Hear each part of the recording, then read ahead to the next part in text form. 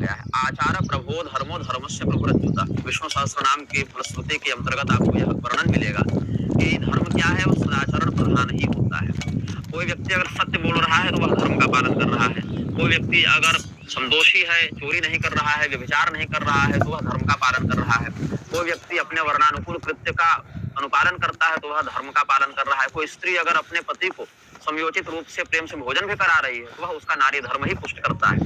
तो इस प्रकार से हम देखते हैं कि अपने जीवन के प्रत्येक अवयव में धर्मानुशासन का प्रदर्शन करना ही, प्रदर्शन से तात्पर्य है अनुभव करना, ये नहीं कि दिखावटी, उसका अनुभव करना ही धर्म का द्योतक है। अब रही बात पूजा पाठ की, तो वह धर्म का एक देवाराधन परक अंग है, वह भी अनिवार्य है। किंतु अगर कोई केवल पूजा करे, केवल बहुत धूप बत्ती अगरबत्ती दिखाए, बहुत दीप करे, बहुत नैवेद्य लगाए, लेकिन हृदय में धर्म के अन्य विहित अनुशासन का पालन नहीं करे, तो वह राक्षसी पूजा कहलाती है, वह आसुरी या तामसी पूजा कहलाती है, उसका शास्त्रोचित फल नहीं मिलता है। आज की युवा पीढ़ी धर्म से दूर क्यों हो रही है, उन्हें कैसे जोड़ा जाए?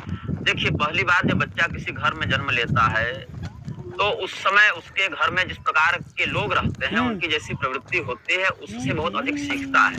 अपने जीवन के प्रारंभिक 10 वर्षों में बालक अपने परिवार और समाज से बहुत अधिक प्रभावित रहता है। प्रारंभिक 10 वर्षों में वह जैसे परिवेश में रहा, जैसे खान पान में रहा, उसके माता पिता के बीच में जैसे संवाद हो रहे हैं, जैसी घटनाएं घटित हो रही हैं, अगल बगल के लोगों की जो प्रवृत्ति रहती है, चाहे हिंसात्मक हो चाहे सज्जन लोग हों, उससे उसका जीवन प्रभावित होता रहता है। अब बच्चा जन्म लेने के बाद तो भौतिक संसार को देख रहा है, किंतु गर्भावस्था में भी अगर माता के द्वारा या पिता या निकटवर्ती लोगों के द्वारा कुछ ऐसा कृत्य संपादित होता है जो धर्म के अनुसार या विरुद्ध हो, तो वैसे संस्कार भी बालक को प्रत्यक्षता प्रभावित करते हैं। वर्तमान पीढ़ी में क्या हो गया है कि बच्चे ऐसे घर में जन्म ले रहे हैं जहाँ माता पिता स्वयं न संस्कारित है, न अनुशासित है, न व्यवस्थित है। और इसका एक बहुत बड़ा कारण यह है कि जिस प्रकार का समाज आज अर्थ प्रधान हो गया है, कुछ भी करो उसका सर्वाधिक उद्देश्य होता है कि किसी प्रकार से हम धन कमाएं, धनार्जन करें, चाहे शिक्षा हो उसमें भी धन कमाएं। अब जो का उद्देश्य ये हो गया है, देख लीजिए कि हम धन कमाएं, जितना अधिक से हो जाए, जितनी बड़ी बड़ी गाड़ियां हो जाए, जितने बड़े बड़े मठ हो जाए, उतना धन आएगा। तो धन के लिए धर्म हो गया, धन के लिए शिक्षा हो गई, धन के लिए चिकित्सा भी हो गई। यही कारण है हर जगह घोटाला है, हर जगह मिलावट है। धन के लिए भोजन हो गया, भोजन में शुद्धि नहीं रही, चिकित्सा में शुद्धि नहीं रही, शिक्षा में शुद्धि नहीं रही। कोई भी चीज हो, अगर हम धन के प्राप्ति के निमित्त अगर उसका हम अनुसरण करना चाहे तो वह अपनी मौलिक योग्यता उपयोगिता खो देता है। धन प्रधान और धन भी किसी भी माध्यम से हमें प्राप्त हो जाए, ऐसी उच्छृंखलता, ऐसा स्वार्थ, यही समाज को असंवेदना से युक्त कर रहा है, स्वार्थ से युक्त कर रहा है, उपद्रव से युक्त कर रहा है। और आज की युवा पीढ़ी में भी ऐसी वृत्ति ही उनके भटकाव का प्रधान कारण है। कि अगला प्रश्न मैं करना चाहती हूँ, कर्म और भाग्य में संतुलन कैसे बनाए? देखिए, भाग्य और कर्म अलग नहीं है, इसको मैं कई बार अपने प्रवचनों में भी व्यक्त किया हूँ। मैं सरल भाषा में यहाँ थोड़ा समझा दूँ। कर्म के प्रधानता से 3 प्रकार होते हैं काल की दृष्टि से। जो वर्तमान में हम कर्म कर रहे हैं उसको क्रियमाण कहा जाता है, क्योंकि वह अभी पूरा नहीं हुआ है, अभी वह सक्रियता से चल रहा है हमारे द्वारा। वही क्रियमाण कर्म जब भूतकाल में चला जाए तो उसको कहते हैं संचित। मतलब जो कर्म हमने पहले किया, अभी जो कर रहे हैं वो क्रियमाण हो गया। अब ये वर्तमान क्या होगा? अब ये वर्तमान भविष्य नहीं बनेगा, ये वर्तमान भूतकाल में जाएगा। कल का जब दिन आएगा तो आज के दिन को हम भूतकाल कहेंगे। तो आज का किया क्रियमाण कर्म कल अगर देखें तो भूतकाल में जाकर संचित कहलाएगा। मतलब हमने जमा कर लिया, आज का किया जमा हो गया, और उसका फल जब भविष्य में मिलेगा तो उसी को हम कहते हैं भाग्य या प्रारब्ध। तो एक ही कर्म अलग अलग काल में उपस्थित होकर अलग अलग संज्ञाओं को धारण करता है। वर्तमान ही भूत बन जाता है और वर्तमान के आधार पर ही भविष्य का भी निर्धारण होता है। तो इसलिए क्रियमाण कर्म ही भूत में जाकर संचित, और वही जब भविष्य में फलित हो जाए तो हो जाता है प्रारब्ध। उदाहरण स्वरूप कोई किसान है, वह जब बीज लगाता है तो वह हो गया क्रियमाण कर्म। जब वह बीज वृक्ष बन जाता है और फल देने लगता है तो बीज लगाना हो गया संचित और फल देना हो गया भाग्य या प्रारब्ध। तो क्रियमाण ही संचित और प्रारब्ध का केंद्र होता है। तीसरे कर्म और भाग्य अलग नहीं है। अतीत का कर्म जब भविष्य में फलदायी हो जाए तो वही भाग्य कहलाता है। शास्त्रों के अनुसार दुख हमारे जीवन में क्यों आते हैं? दुख और सुख दोनों समानांतर चलते हैं। सुख भी जिस निमित्त से प्राप्त होता है, दुख भी उसी निमित्त से प्राप्त होता है। शास्त्र में बताए गए ऐसे कर्म जो निषिद्ध हैं, शास्त्र में जिसका निषेध किया गया है, अपनी जानकारी में अथवा अनजाने में अगर हम उस प्रकार के कृत्य करें तो उस प्रकार का कृत्य हमारे भौतिक दुख का कारण बनता है। धर्म से सुख और अधर्म से दुख, ये सामान्य बात है। सामान्य मतलब इतना जो है वह पर्याप्त होना चाहिए समझने के लिए। एवं विध दुख जो है वह अपेक्षा से जुड़ा हुआ है एवं सुख भी अपेक्षा से जुड़ा हुआ है। जब हम किसी विषय से कोई आशा करते हैं, किसी व्यक्ति या घटना या स्थान से हमें कोई उम्मीद होती है और उम्मीद अपने जिस प्रकार से हमने सोचा, कल्पना की, अपेक्षा की, उस घटनाक्रम में घटित नहीं हो रहा है, तो वही टूटी हुई आशा दुख की जननी हो जाती है। दुख आशा का पुत्र है, सुख भी आशा का पुत्र है। आशा के दो पुत्र हुए, एक सुख और एक दुख। अगर आशा परिपूर्ण हो गई तो सुख को जन्म देती है, आशा अधूरी रह गई तो दुख को जन्म देती है। तो मूलतः अलग अलग शारीरिक अंगों के माध्यम से जिस प्रकार के सुख की हम आशा करते हैं, अगर वह घटित न हो, हमारी कामनाएं पूर्ण न हो, वही अतृप्त कामनाएं ही दुख को अनुभूत करा देती है। वस्तुतः सुख और दुख दोनों हमारी इच्छा के पूर्ण या अपूर्ण होने से संबंधित है। एक घटना सुख या दुख नहीं बना सकती। जैसे बारिश हो रही है, ये घटना है। जिस किसान का खेत सूख रहा है उसके लिए वह घटना हर्ष का विषय है, और जिस कुम्हार के घड़े कच्चे हैं उनको धूप की आवश्यकता है, उसके लिए वही वर्षा दुख का कारण है। तो इसीलिए सुख और दुख केवल हमारी निजी इच्छा के आधार पर है। एक ही घटना किसी के लिए सुख और अन्य के लिए दुख का निमित्त बन सकती है। गुरुजी, एक प्रश्न हमेशा मेरे भी मन में रहता है और जहाँ तक है सभी इस प्रश्न का उत्तर जानना चाहते हैं। सत्य हमेशा अकेला ही क्यों है और झूठ के साथ बोलबाला भीड़ है? सत्य को साबित करना पड़ता है कि मैं सत्य हूँ, लेकिन झूठ को साबित करने की जरूरत नहीं होती है, उसके साथ भीड़ होती है। और सत्य हमेशा अकेला ही क्यों खड़ा है? सत्य अनुसंधान से ज्ञात होता है और सत्य वो अपने ताने बाने में होता है। इस संसार में आदि शंकराचार्य जी के मत का हम अनुसरण करें तो पूरा संसार ही असत्य है और सत्य केवल परमात्मा है। ब्रह्म सत्यम जगत मिथ्या, इस प्रकार की उक्तियों से ये निरालंबोपनिषद के आधार पर शंकराचार्य जी ने कहा। यह भी उनका कोई निजी मत नहीं है कि अपने मन से बोल दिया। निरालंबोपनिषद इत्यादि की श्रुति के आधार पर उन्होंने जगत को एक त्रैगुणीय विषय प्रपंच बताया है। तीनों गुणों के क्षोभ से उत्पन्न होने वाली एक ऐसी कल्पना जो हमें वास्तविक प्रतीत होती है अविद्या के कारण। तो असत्य बहुरूपी होता है, सत्य अरूपी होता है। सत्य का कोई रूप नहीं होता है। जब रूप होगा तो उसमें किसी प्रकार के गुण का क्षोभ होगा, तभी किसी रूप को धारण करेगा। और रूप परिवर्तनशील होता है। आज जो हमारा रूप है कल नहीं, कल जो रूप होगा वो आज नहीं है।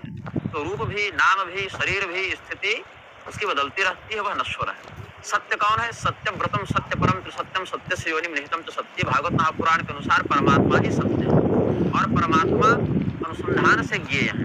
परमात्मा की प्राप्ति करने के लिए व्यक्ति को निधिध्यासन इत्यादि करना पड़ता है ताकि हो। लेकिन असत्य जो है वह किसी भी रूप में प्रस्तुत हो सकता है क्योंकि वह कल्पना है, माया है। अब आप सपना देखेंगे, सपना में 50 चीजें देख सकते हैं। वो तो जिसका जैसा सपना है वैसा उसका दृश्य है। तो इसीलिए असत्य बहुरूपी होता है, सत्य अरूपवान होता है। और सत्य अनुसंधान से ज्ञेय है, असत्य भ्रम से है और भ्रम विस्तृत होता है। इसीलिए सत्य को अकेला कह देते हैं साधुजन कि सत्य अकेला होता है। ऐसे भी एक मेवा द्वितीय हम, भगवान क्या कहते हैं? मैं अद्वितीय हूँ, मैं एक परमात्मा ही सत्य है। इसलिए सत्य सदैव एक निष्ठ है, एक आत्मा में स्थित है। और असत्य जो है वह जितने जिसकी चिंताएं, जैसी कल्पनाएं, उतने रूपों को धारण कर लेता है। जी, बहुत धन्यवाद। अगला प्रश्न मैं ये करना चाहती हूँ, जो हर माँ का शायद ये प्रश्न होगा कि उसे अपने पुत्र से बहुत मोह होता है, तो क्या वो मोह उसे रखना चाहिए या उसे अपने जिस कर्म के लिए उद्देश्य से उसका जन्म हुआ है उसे छोड़ देना चाहिए? देखिए, माता का गौरव, उनका महत्व है और यही कारण है, शास्त्र में भी यह आता है कि जो व्यक्ति सन्यासी हो गया, कन्या सन्यासी हो गया और किसी को प्रणाम नहीं करता, अपने गुरु के अतिरिक्त परिजनों को, पूर्वाश्रम के परिजनों को प्रणाम नहीं करता, किंतु माँ आ जाए तो प्रणम्या होती है, उनको प्रणाम करना चाहिए। शास्त्र कहते हैं क्योंकि जिस शरीर का आश्रय लेकर किसी भी प्रकार का संकल्प करोगे वह माता ने बुलाती है। साथ ही यह है कि बालक के जीवन में अपने माता के जीवन के घटनाक्रमों का भी प्रभाव पड़ता है। वो संसार का जैसा वर्णन करती है, बालक उस वर्णन से बहुत अधिक प्रभावित होता है। माँ संसार को जिस नजरिए से देख रही है, बहुत हद तक बच्चा भी उस नजरिए का अनुसरण करने लग जाता है। अब रही बात बालक को स्वतंत्र छोड़ा जाए या बांध कर रखा जाए, तो इसमें हमारे शास्त्रों में बहुत सी माताओं का वर्णन है। कौशल्या जी भी एक माँ है और वो ऐसी माँ है कि जिन भरत जी का बहाना बनाते हुए कैकेयी ने राम जी को जंगल भेजा, वो भरत जी को भी राम जी से कम प्रेम नहीं कर रहे, अधिक ही कर रहे हैं। बल्कि ये वो भी एक माँ है। एक माँ मंदोदरी भी है, जो जान रही है कि हमारा पुत्र युद्ध में मारा जाएगा हमारे पति के कुकर्मों के कारण, लेकिन फिर भी वह धैर्य को धारण करके दोनों को उचित शिक्षा दे रही है, वहां से कष्ट भी झेल रही है। एक माँ देवकी जी हैं, जो जेल में अपने 6 पुत्रों की मृत्यु देखने के बाद, 7वें का गर्भस्खलन के बाद 8वें पुत्र को नंदगांव भेजने को विवश हैं। एक यशोदा जी हैं, जिनको 10-11 साल के बाद पता चलता है जिसको हम अपना पुत्र मानते थे वो तो हमारा पुत्र है ही नहीं। एक मदालसा माँ है, वो मदालसा क्या करती हैं, उन्होंने संकल्प लिया कि हमारे गर्भ में जो एक बार आ गया सो किसी और के गर्भ में नहीं जा सकता। खांडी के केसी ध्वज इत्यादि के प्रकरण में आपको मदालसा का वर्णन मिलेगा। और एक माँ विदुला है, जिसका पुत्र युद्ध भूमि में पराजित अनुभव कर रहा था, संसाधनहीन था, लेकिन अपने पुत्र को इतने अच्छे से उन्होंने क्षत्रिय धर्म का उपदेश किया कि उसका पुत्र युद्ध में विजयी हो। तो अलग अलग माताओं का हमारे यहाँ सदाचार परक वर्णन मिलता है। अब माँ को मोह नहीं होना चाहिए, वात्सल्य होना चाहिए। मोह क्या करेगा, बच्चे की प्राकृतिक उड़ान को अवरुद्ध करेगा। हर जीव अपने किसी न किसी प्रारब्ध से वहां पहुंचा है और उसकी यात्रा आगे कहीं जानी है। तो आप भी आए हैं, आपका पुत्र भी आया है, इसीलिए हर माता भी एक जीव ही है जो अपने प्रारब्ध से बंधी है, बच्चा भी जीव है, वह भी अपने प्रारब्ध से बंधा हुआ है। तो वात्सल्य रखते हुए अपने बच्चे के कल्याण का हित का चिंतन करना चाहिए। उसको आंचल में सदैव बांध कर नहीं रखा जा सकता। बच्चे को माता पिता कब तक अपने नियंत्रण में रख सकते हैं, अधिकतम 16 साल। हाँ, संस्कार हो तो माता पिता के आज्ञा के अधीन तो पुत्र सदैव होता है।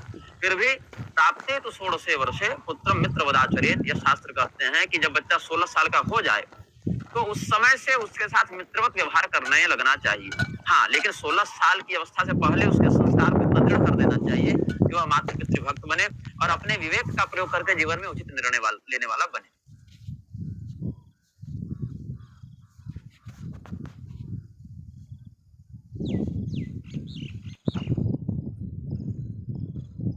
मेरा एयरफॉल जो स्टार्ट हुआ था, इट वाज बैक इन 2011 जब मैं जयपुर गया हुआ था कॉलेज में।